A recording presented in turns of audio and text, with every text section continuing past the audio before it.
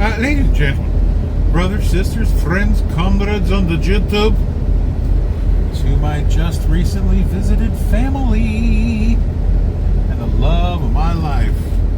Hello, my love. So, it's been a rather eventful few days here. Back into trucking with Leonard's Express.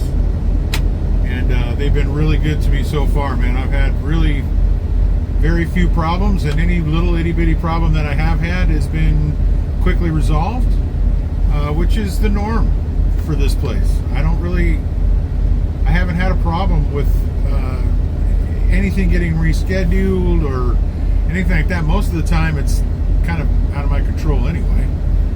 But, it's just how it goes. So I loaded, I'm going to get right into it, because I want you guys to put in the comments whether you want to even see this video or not. And I don't know how to edit very well, truth be told. I mean, I could put a snippet, but can I? Not really. So anyway, I got loaded on the 10th, Friday, last Friday. Today's Wednesday, tax day. Hi, tax day. Anyway, so I was in Yakima, Washington, and I loaded Cosmic Crisp apples for COSTCO. And stand by, I have a visitor. Sorry, as I was saying, I got loaded on Friday the 10th in Yakima, and I loaded Cosmic Crisp apples for COSTCO, and brought them down to Dallas. So if you're in the Dallas area and you're going to Costco for some Cosmic Crisps, you're welcome, as the clutch trucker would say. Pretty uneventful load, but I mean to tell you, did I boogie down here. I got here, I got to Rome, Texas on the 13th, which was Monday in the afternoon. Now my folks don't live very far from there. They're a little bit north, about 50 miles north of there. So I called my mother, and it worked out great. Mom came down to Rome, up to Rome, and picked me up. And then, or I guess it's down, whatever. I think they're north of there. So anyway, she came to Rome and picked me up there. And I got to spend a 34-hour reset with my folks. My sister and two of my nephews and my oldest nephew's wife, who is totally cool. And so it was just that's one of the advantages and one of my favorite things about trucking is that I can visit folks on a moment's notice. There's no obligation on their behalf. I just tell them, hey, you know what? I'm here. If you can make it, great. If not, I get it. I'm calling you on a moment's notice. You fly, I buy. Let's go have dinner. That kind of a thing. And so it was nice to be able to see my folks and my sister, my nephews, the whole family. It was awesome to be able to do. And hopefully sometime soon I'll be able to get up into the Morris, Illinois area and see my Chicago family. I would love that. So yeah, that worked out. I stayed with my folks until yesterday evening, and my mom took me back to the truck stop. We had a minor detour because my stupid ass forgot my pants sitting on the dresser in the spare room at my folks' place where I slept. It's humid down here, and more humid than I'm used to. It was like in the 70th percentile. So I got out of the shower, I dried myself off like 5 times, and then went into the bedroom to finish robing. Well, I thought, you know what, I'm just going to keep my sleeping shorts on until I get dried off, just kind of on a natural level here, and I'll put my britches on then. Well, I didn't put my britches back on, and I didn't roll them up and put them in my bag. So we got all the way to the 35, and I went, oh no, I forgot my key that's clipped to my pants. So we had to turn around, go all the way back to Aubrey where my folks stay, and I had to grab my britches that had my key on it, and then we went back to Rome. So it was a little detour. Did get a little extra personal time with my mother though, which is always a pleasure. My family is really cool people, sweet people. So I was tickled to be able to do that, stay there with them. Got a lovely home-cooked meal, my mom's famous fried chicken, mashed taters and gravy. Come on. So yeah, it was great. It was great. But anyway, in the comments, why don't you let me know if you want to see getting loaded there in Yakima. I don't know, I watched it yesterday. It's just video and a little bit of commentary on what I was getting loaded with and how they load the truck. I mean, I would consider it, for those that don't drive trucks and watch this channel, a bit of an education, you know, a little highlight of the day. And you know what, to be honest with you, I don't get to see loading or unloading very often at all myself. So I don't always know how the truck is loaded, particularly if you do a drop and hook, which I have yet to do on this tenure of my career at Leonard's Express. But anyway, so if you want to see that, put it down in the comments. I'll download that one next. But other than that, I'm doing now. See, now I'm getting into a little unfavored area. I'm not a big fan of multi-stop loads. And when I say that, I mean, you know, every truckload is 2 stops. You're doing a pickup, you're doing delivery, 2 stops. But I'm doing 3 pickups and a delivery. It's a 4 stop. I don't like that, because one pickup is reliant on the other pickup to be on time. And this is a great example of that. I don't have time to get to my 3rd pickup. I started very early this morning to get to the COSTCO distribution center in Dallas to drop off those Cosmic Crisps. You're welcome, I said. And so then it was only after that, then I had to go to Dallas, Flying J there off of exit 470 off the 20, and I had to top off my fuel. So my fuel in the reefer and the truck are topped off. I'm good to go for about 1,500 miles. So that's you know, multiple pickups is just rough, you know. So I got to my first pickup today at Performance Foods. They only put 2 pallets on, but the gal at the gate was like, I need a 19 number. You give me a 19 number, we'll be good. Well, I didn't have a 19 number. I gave her all the numbers I had, and one of them was a appointment number.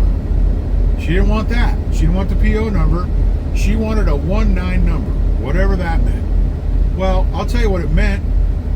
For an hour and 10 minutes, I sat just sitting there waiting for this broker to call me and let me know what the 19 number is. Well, there was no need for a 19 number. Homegirl never asked me, was I going to be doing a delivery or a pickup? She automatically assumed my brother was going to be picking it up. I mean, I'm sorry, she thought I was going to deliver. I beg your pardon. She thought I was delivering. I'm not delivering. I was picking up. And again, I only picked up 2 pallets. But that's her bad. That was, and she said so. My mistake. I thought that you were making a delivery. I said, nope, I'm making a pickup. Oh, well, I could have had you out of here an hour ago. And she's right. All I had to do was drive around the complete opposite side of the building. Right next to Dock 1 was driver check-in. I checked in there, got to door 10, was assigned door 10, backed in, 15 minutes. They were sending me about my way. Hello. You know, damn it. So now I'm here at my 2nd stop. My appointment here isn't until 5 p.m. Central Time. It's 4:30 p.m. Central Time now. I got here at like, I don't know when it was. It was like 1:30 Central Time. At least now I'm in a door. So all they can do is load me. But now I'm running out of time. I started at 4:30 this morning. And I have a 9 o'clock pickup. I can't do that. That pickup. They want that pickup in, what is it? I'm going to look right now for you. Kaufman, Texas. Kaufman. It's a little bit southeast of here. Well, I can't make that. I won't make that. I can make it. It's not very far from here. It's about an hour away. But I don't have that kind of time. I'm running out of time. So we only get 14 hours a day to do anything and everything we can do, and only 11 of that can I drive, and I have to have a break somewhere between, I like to do the break somewhere between 5 and 8 hours, but you better have it done before 8 hours or you're going to be in violation of your hours of service. So anyway, now I'm sitting here at my second pickup. It's already been arranged for me to get my third pickup tomorrow now on the 16th at noon. So, and then I'm going to take it up to Commerce City, Colorado. Our daughter and son-in-law live in the greater Denver area, a little bit north of Denver, and I haven't looked up where's Commerce City yet, so I don't know how close I'm going to be to them or how much time I'm going to have to get to them. So hopefully I'll be able to see them and get that lovely Rocky Mountain High burger at this joint we went to. I can never remember the name of it. My love knows the name of it right off the top of her head. I can't ever think of it. But anyway, I've never had a burger with peanut butter on it. Did that just disgust anybody? Because when I read the ingredients for that peanut butter, I thought, this is insanely stupid. I can't even believe it. And then our daughter goes, dude, I'm telling you, this is like the best burger I've ever had. And she's talking about a burger she had in Alameda, California. It's up in the Bay Area. It was more of a smash burger. The burger that I had was charbroiled. And it had, I'm just off the top of my head, peanut butter, barbecue aioli, sauteed jalapenos, some other kind of sauce of some sort, I don't remember. And I never like lettuce and tomato on my burger because tomatoes are a mess and lettuce is too slick. So you gotta have friction with a sandwich, savvy? So anyway, that burger was amazing. She talked me into it. I figured, all right, I'll give it a go. She was extremely high on it, so I thought, well, let's give it a shot and see how it worked out. Amazing.